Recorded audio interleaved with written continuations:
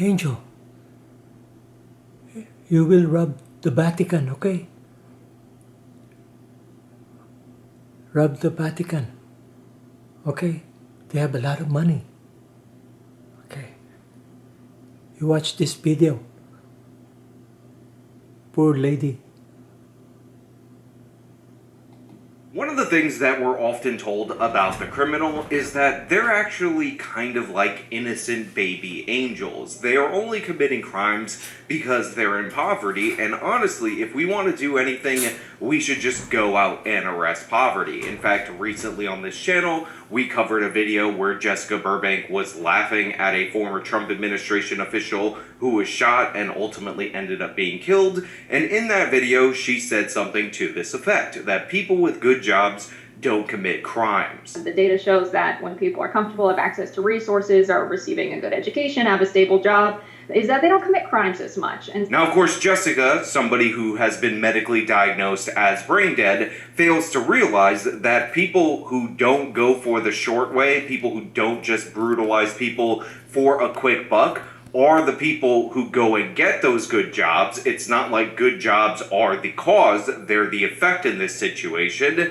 so she's completely wrong. But today's video is actually a great example of what I'm talking about, because in this story, we have a robbery, a crime of economic desperation, where 4 individuals armed with guns rob a woman, strip her of all of her property. But then something weird happens. They get even poorer after they rob her, and they decide to return to the scene of the crime to beat the woman down just for fun, just for entertainment. And that's what I want to talk about today. But before we do, I want to say thank you to everybody who signed up on actualjusticewarrior.com/join. Oh, give me the money.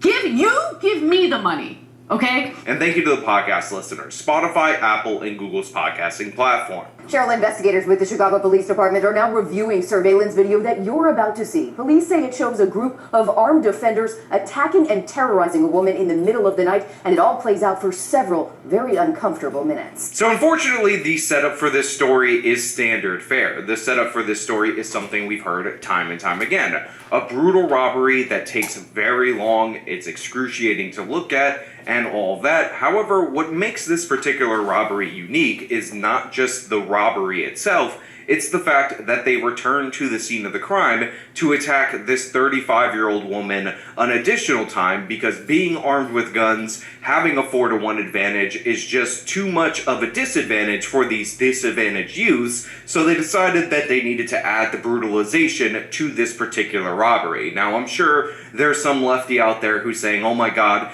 do we have a description of what Poverty was wearing at this time? Can we give that description to the police so that they can finally arrest and hold Poverty in captivity so we can finally stop this criminal? But I think something different is going on here. It's nearly 4:30 in the morning, January 29th, when video shows a woman walking along West Lawrence Avenue on Chicago's northwest side. Within a few strides, a dark sedan screeches along the sidewalk, and 4 people bail out and surround her. What happens next isn't fast, as robberies so often are.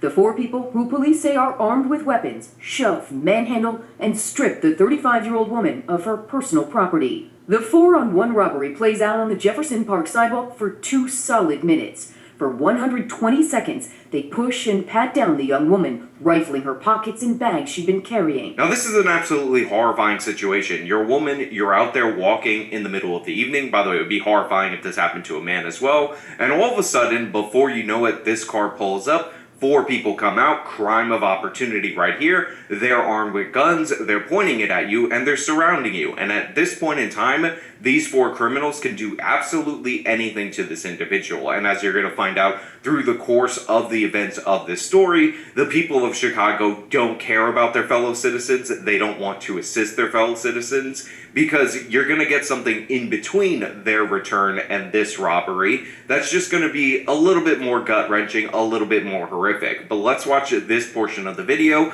Obviously, this doesn't have the brutal violence element of it. I will have to obscure that later on, but I will describe in detail what they did to this poor woman, because, you know, of course, they're struggling and they're in poverty, and all 4 of them needed to participate in this, despite the fact that they're driving and she's walking, because, oh my god, just think about the sad sack lives that these criminals might have had. 2 solid minutes. For 120 seconds, they push and pat down the young woman, rifling her pockets and bags she'd been carrying.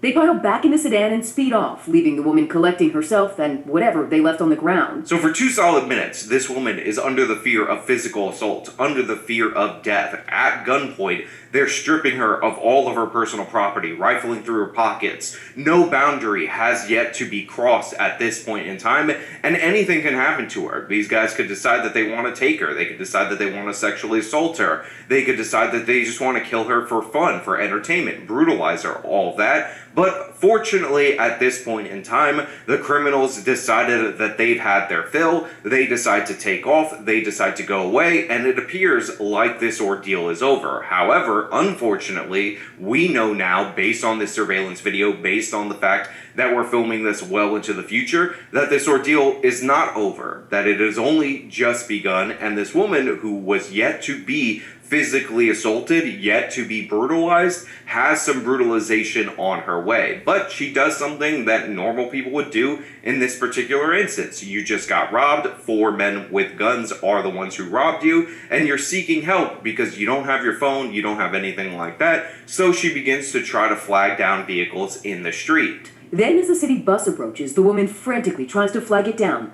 The bus never so much as pauses.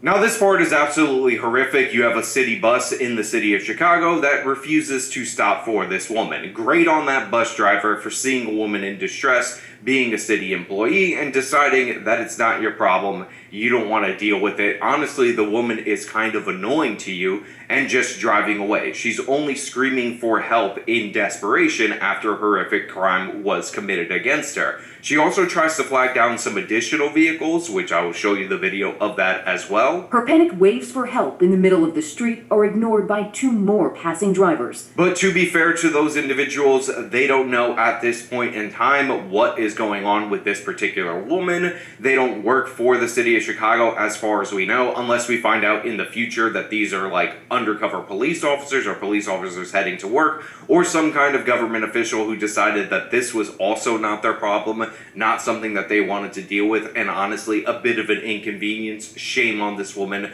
for trying to flag her down. But unfortunately, her not removing herself from this particular area was a complete and total disaster, because the robbers must have got a call from the starving children that they were going to redistribute these stolen goods to, and found out that they were even more starving than they thought, because they decided to return to the scene of the crime after this point, and the 35-year-old woman's ordeal continued. Still, it gets worse. What appears to be the very same car of armed offenders returns for a replay. 3 offenders leap out, surround her for a second time, this time delivering a blow to her head and another 60 seconds of physical intimidation. Finally, nearly 4 minutes later, it all ends when the offenders speed off for good, leaving a rattled woman stranded among what scattered items her attackers decided were of no use to them. So these guys come back. She immediately gets on her knees because she knows that these are armed attackers, surrenders completely. Again,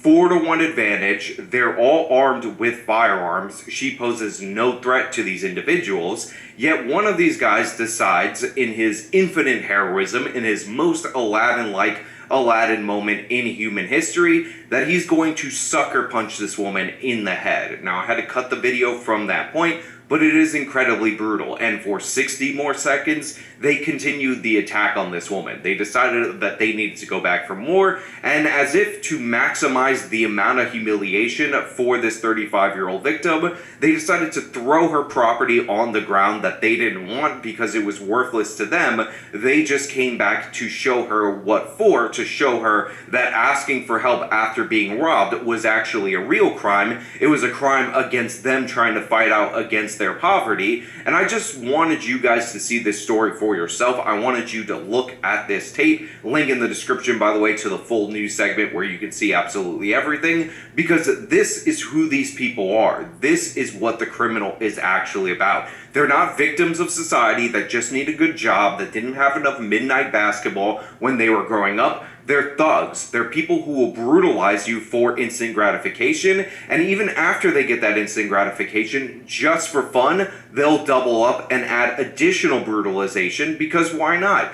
You deserved it for being a citizen that worked a normal job. You deserved it for being in their path. You deserved it for being prey in this situation as these super predators came up and decided to approach you like this. It's disgusting, it's horrific, it is an abhorrent representation of the city of Chicago, and it's something that you should show to every single one of these left-wing progressives, every single one of these idiots who think that the criminals, the four thugs who pulled up in the car to attack this woman, to rob this woman, are actually the victims of our capitalist society, are actually the victims of systemic structures and structural systems. These people are the problem in our society. They're the problem in those neighborhoods. You want to know why stores are closing? You want to know why it's harder to do business? You want to know why prices are high in these particular areas? It's because of thugs and criminals like this and the people that enable them. The activists online, the activists in person, the community that tolerates this, that promotes this no snitching attitude, and the politicians. People like Brandon Johnson who want to defund the police, who think the cops are the problem in this situation, not the criminal. The state of Illinois, their legislature, who decided, you know what, New York State bail reform law is going absolutely disastrous in New York State. We want to add our own version of that stupid law, so that way we can't lock up our criminals. Because, you know, in the city of Chicago, what we need is more criminals back on the street. Hell, that's why they elected Kimberly Fox as the Cook County District Attorney, because she doesn't want to prosecute anyone for anything. Because why would you prosecute these individuals? Aren't they upstanding people? They robbed this poor woman. They took her all of her property. They're armed with guns. They then came back. She immediately got down on her knees. By the way, they were holding a gun to the back of her head, deciding whether or not they were going to shoot her execution style, and they sucker punched her to the boot. They had to brutalize this woman because of the sad circumstances of their life. They had to brutalize this woman because they're actually Aladdin. Don't you know that? They needed the bread for their starving family, and this woman is the evil baker that wouldn't give away the bread to the poor orphans in their community that they're totally going to redistribute what they stole from her to. That's actually what's going to happen right here. These aren't a bunch of thugs who decided that they saw an easy mark, decided to victimize her, and then came back to knock her upside the head for fun. These are the victims of our society. Why don't you understand that? Also, I don't know if you guys know this, but maybe somewhere in this video you might have seen the poverty. You might have got a description of how it looked. And if you do, if you know what Poverty was wearing, turn over that tip to the Chicago police so that way they could arrest Poverty, because we know that these were actually four innocent angels, four unbelievably upstanding citizens that were just pushed to the brink by poverty. Absurd in every possible way, ridiculous, and what's even more ridiculous is, you know, if these guys get arrested for this, they're going to have a long criminal history. They're also going to have a bunch of other victims